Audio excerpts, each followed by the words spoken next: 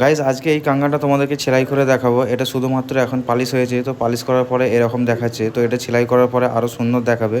তো এটাকে সেলাই করার জন্য আমি এই মেশিনের সাহায্যে সেলাই করব। সেলাই করার পরে কতটা সুন্দর লাগবে সেটা তোমরা দেখতেই পাবে। তো ভিডিওটা পুরোপুরি তোমরা দেখতে থাকো। মেশিনের আওয়াজটা অনেকটাই বেশি, তাই আমি সাউন্ডটাকে অফ করে রেখেছি।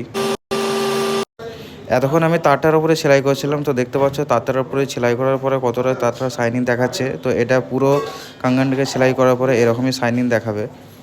এতক্ষণ বড় মেশিনে সেলাই করছিলাম, তো ছোটো মেশিনে একটু সেলাই করার প্রয়োজন পড়ে গেছে। এটা ছোটো মেশিনে, তো এবার আমি পুরোপুরি সেলাই করে তোমাদেরকে দেখাচ্ছি ডিজাইনটা। এখন কাঙ্গানটা দেখতে পাচ্ছ পুরোপুরি সেলাই করা হয়ে গেছে, আর সেলাই করার পরে কতটা সুন্দর শাইনিং দেখাচ্ছে দেখতেই পাচ্ছ। তো এটা হাত লাগার কারণে একটু শাইনিং কম দেখাচ্ছে। এটা পুরোপুরি ধোয়ার পরে ক্লিন করার পরে আরও শাইনিং দেখাবে। আর এই কাঙ্গানটার ওয়েট আছে 80 গ্রাম।